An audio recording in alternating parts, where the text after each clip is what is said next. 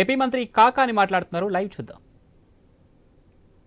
విచారణ చేశాం, దోషులతో గోవర్ధన్ రెడ్డికి సంబంధాలు ఉన్నాయన్నాడు, అవి కూడా విచారణ చేశాం, సంబంధాలు లేవు. అసలు దీని గురించి ఆయనకి సమాచారమే లేదు, ఈ కేసుని గురించి ఈయన పాత్ర లేదు, వీళ్ళ మధ్య ఎక్కడా లింకులు లేవు, వీళ్ళకి ఎవరికి కూడా ఒకరితో ఒకరితో సంబంధాలు లేవు, కేసు విషయంలో కానీ ఇతరతర విషయాల్లో కూడా సంబంధాలు లేవని స్పష్టంగా ఈరోజు వాళ్ళు దాని మీద పూర్తి స్థాయి దర్యాప్తు జరిపి ఇది ప్రకటించడం జరిగింది.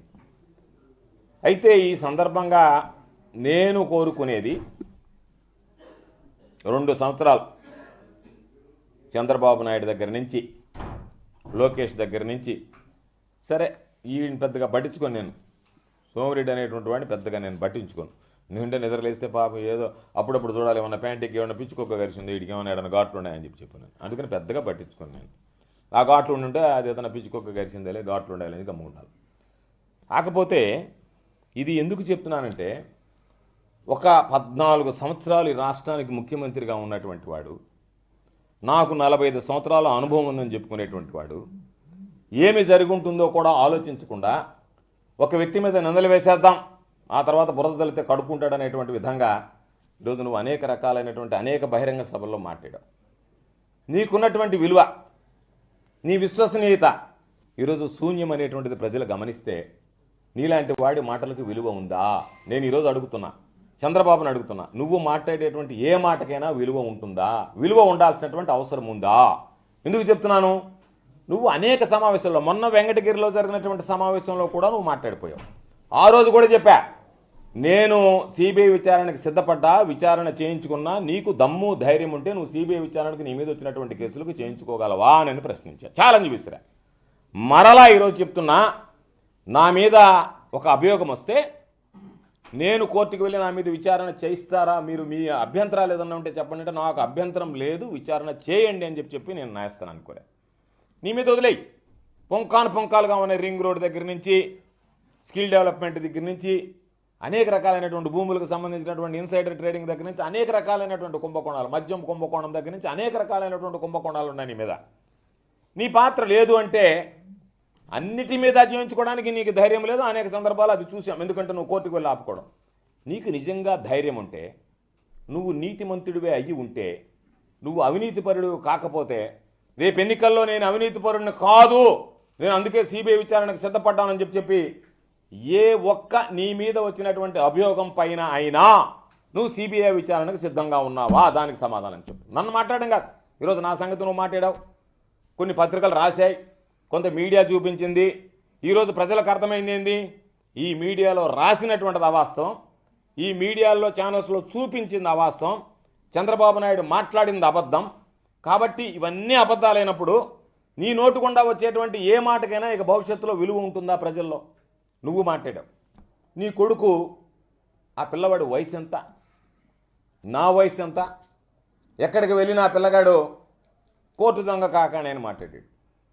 ఈరోజు మీరిద్దరు అబ్బా కొడుకులు మాట్లాడారే 2 సంవత్సరాలుగా, ఈరోజు నా పాత్ర లేదు అని తేలిందే, ఈరోజు మీరు ఏం సమాధానం చెప్తారు?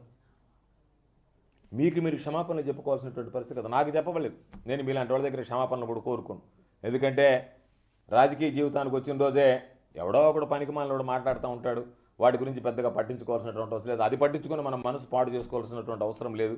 తప్పు చేస్తే బాధపడాలి, ఏదైనా తప్పు జరిగితే ఎందుకు జరిగిందా అని చెప్పి ఆలోచించాలి తప్ప ఎవడో ఒకడు మాట్లాడడం అనేటువంటి ప్రజా జీవితంలో అలవాటు అయిపోయినటువంటి పరిస్థితి. కాబట్టి నేను అడిగేది, ఈ 2 సంవత్సరాలుగా అనేక వేదికల మీద, అనేక సభల్లో నువ్వు మాట్లాడినటువంటి మాటకి ఈరోజు ఏమి సమాధానం చెప్తావు? ఏదైనా మాట్లాడితే ఆంధ్ర రాష్ట్ర పోలీస్ పనికిరాదు, వీళ్ళంతా వైఎస్ఆర్ కాంగ్రెస్ పార్టీ తొత్తులుగా ఉన్నారు, కాబట్టి పోలీస్ యంత్రాంగం మీద మాకు గురిలేదు, పోలీస్ యంత్రాంగం మీద మాకు నమ్మకం లేదు, పోలీసు వ్యవస్థ మీద మాకు విశ్వాసం లేదు, కాబట్టి సిబిఐ విచారణ జరిపించమన్నావు. ఈరోజు ఏ పోలీసు వ్యవస్థ మీద నువ్వు నమ్మకం లేదన్నావో, ఏ పోలీసు వ్యవస్థ పట్ల నువ్వు అనుచితమైనటువంటి వ్యాఖ్యలు చేశావో, కింద స్థాయి కానిస్టేబుల్ దగ్గర నుంచి ఈ రాష్ట్రంలో ఉండేటువంటి డీజీపీ దాకా నిద్ర లేస్తే మీరు ఇష్టలుడిగా నోరు పారేసుకుంటున్నారో, వాళ్ళని మానసికంగా పాపం బాధలకు గురి చేస్తున్నారో, మానసిక వ్యధకి, మానసిక క్షోభ అనుభవించే విధంగా మీ మాటలు, మీ తీరుందో, వాళ్ళు ఈరోజు గుర్తించినటువంటి వాళ్ళనే ఈరోజు సిబిఐ దోషులుగా నిర్ధారించింది. అంటే పోలీసు వ్యవస్థ, మీరు తప్పుపట్టినటువంటి పోలీసు వ్యవస్థ ఈ రాష్ట్రంలో ఎక్కడా కూడా ప్రలోభాలకు లొంగకుండా పారదర్శకంగా పనిచేస్తుందని చెప్పడానికి నా కేసు ఒక ఉదాహరణ కాదా?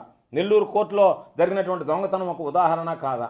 మీరు తప్పుపట్టినటువంటిది ఈరోజు లేదు, ఏ విధంగా విచారణ జరిగిందనేటువంటి దాని మీద విచారణ జరిపినటువంటి తీరు, దొంగతనం జరిగినటువంటి విధానం రెంటి మీద కూడా కూలంకుషంగా ఈరోజు మాట్లాడి ఎవరిని కూడా దానికి సంబంధించినటువంటి బాధ్యులుగా గుర్తించకుండా వీళ్ళిద్దరూ చిల్లర దొంగలు, చిల్లర దొంగతనాలు చేసుకునేటువంటి వారు ఎస్పీ గారు ఏదైతే చెప్పాడో దాన్నే నిర్ధారించి ఈరోజు చెప్పారు. మీరు సమాధానం చెప్పాల్సిన దీనికి సంబంధించి సిపిఐ రామకృష్ణ గారు కూడా మాట్లాడాడు. ఇది ఎక్కడా మేము వినలే, కుక్కలు అరిస్తే దొంగతనానికి పోయినాడని చెప్పి నెల్లూరు ఎస్పీ గారు చెప్పినట్టుగా ఉంది ఇదేం చెప్పి అవహేళనగా మాట్లాడారు. వాస్తవాలు తెలుసుకోలేదు, నిజానిజాల గురించి ఆలోచన చేయలేదు. ఏదో ఒక విధంగా మంత్రి స్థాయిలో ఉండేటువంటి వ్యక్తి మీద మనందరం దుమ్మెత్తిపోస్తే మనం రాష్ట్ర స్థాయిలో పతాక శీర్షికన వార్తలు వస్తాయనుకున్నారు తప్ప దీని వెనక వాస్తవాలు ఏంటి, ఏం జరిగింది, ఏమి జరుగుతుందనేటువంటిది కూడా కనీసం ఆలోచన చేయకుండా విచక్షణ కోల్పోయి అర్ధరహితమైనటువంటి వ్యాఖ్యలు చేశారు. కాబట్టి అటువంటి నేపథ్యంలో ఈరోజు చంద్రబాబు, లోకేష్ వీళ్ళందరూ మీరు మాట్లాడిన మాటలకి ఈరోజు మీరు ఏమి సమాధానం చెప్తారు? ఎవరికి క్షమాపణ చెప్తారు? ఈ సందర్భంగా నేను అడిగిన దానికి నువ్వేం చెప్తావు? నా మీద అబద్ధాలు చెప్పావు, నేను వెళ్ళి జనాలకు చెప్పుకోగలను. ఏమయ్యా మీరు అనేక రకాలైనటువంటి ఆరోపణలు నా మీద చేశారు.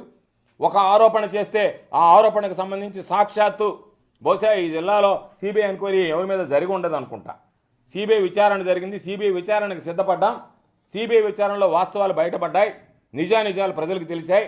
కాబట్టి మీరు చేసేటువంటి ఆరోపణలు పసలేవు, అసత్యాలు, అబద్ధాలు అనేటువంటి ప్రజలు అర్థమైపోయాయి. ఇక మీద నేను అడిగేది మీరు నా మీద చేసినటువంటో లేకపోతే వైఎస్ఆర్ కాంగ్రెస్ పార్టీ మీదో పోలీసుల మీదో ప్రభుత్వం మీద చేసినటువంటి ఆరోపణలు పక్కన పెట్టి మీ మీద వచ్చినటువంటి ఆరోపణల మీద మీరు ఎంక్వైరీ చేయించుకోవడానికి సిద్ధమా అంటే సమాధానం చెప్పే పరిస్థితులు లేదు. మరలా ఈరోజు మొన్నటిదాకా చెప్పా నా మీద విచారణ జరుగుతుంది, ఈరోజు విచారణ పూర్తయింది, ఛార్జ్షీట్ ఫైల్ అయింది, నా పాత్ర లేదు అనేటువంటిది నిర్ధారణ అయింది.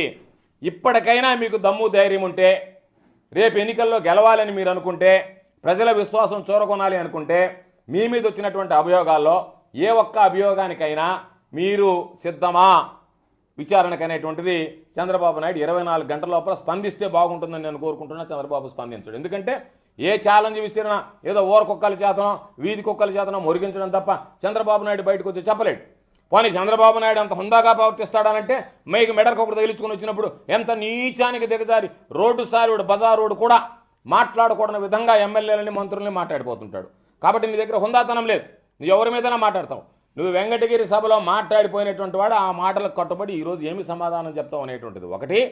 నీ మీద నా మీద వచ్చినటువంటి దాని మీద నేను ఈ విధంగా అయితే కోర్టుకు వెళ్ళి విచారణ చేయించుకోమన్నాను, నువ్వు ఆ విధంగా విచారణ చేయించుకోవడానికి సిద్ధంగా ఉన్నావు అనేటువంటిది రెండవది.